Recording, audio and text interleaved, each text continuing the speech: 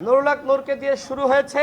এরপরে অন্যান্য যারা আগ্রাসন বিরোধী নেতা, যারা জুলাই গণঅভ্যুত্থানের নেতা, একে একে তাদেরকে এইভাবে মেরে আইসিইউতে পাঠানো হবে। সরকারের পক্ষ থেকে বলা হয়েছিল নুরুল হক নূরকে উন্নত চিকিৎসার জন্য দেশের বাইরে পাঠানো হবে, কিন্তু আমার কাছে মনে হচ্ছে যে বিষয়টি নিয়ে গড়িমসি করা হচ্ছে এবং বিভিন্ন মহল নুরুল হক নূরকে উন্নত চিকিৎসার জন্য যাতে দেশের বাইরে সরকারের পক্ষ থেকে না নেওয়া হয়, এই জন্য একটি মহল সক্রিয়ভাবে কাজ করছে। তারা চায় না নুরুল হক নূর সুস্থ স্বাভাবিক জীবনে ফিরে আসুক। যেটি মির্জা আব্বাস ভাই বললেন, পরিকল্পিতভাবে ছাড়া কোনোভাবেই এই ঘটনা ঘটতে পারে না। পদ্মা সেতু, মেট্রো রেল এবং এলিভেটেড এক্সপ্রেসওয়ে নির্মাণের গর্বিত অংশীদার বসুন্ধরা সিমেন্ট। তিনি নিজেই তো আপনাদের সামনে বর্ণনা করলেন যে তিনি নুরুল হক নূরকে কি অবস্থায় আসলে দেখে আসলেন। নুরুল হক নূরের অবস্থা এখনো পর্যন্ত আশঙ্কামুক্ত নয়। নুরুল হক নূর তিনি এই প্রজন্মের অন্যতম একজন জনপ্রিয় নেতা। জুলাই গণঅভ্যুত্থানে তার ভূমিকা আপনারা সকলে জানেন। নুরুল হক নূরকে দিয়ে শুরু হয়েছে।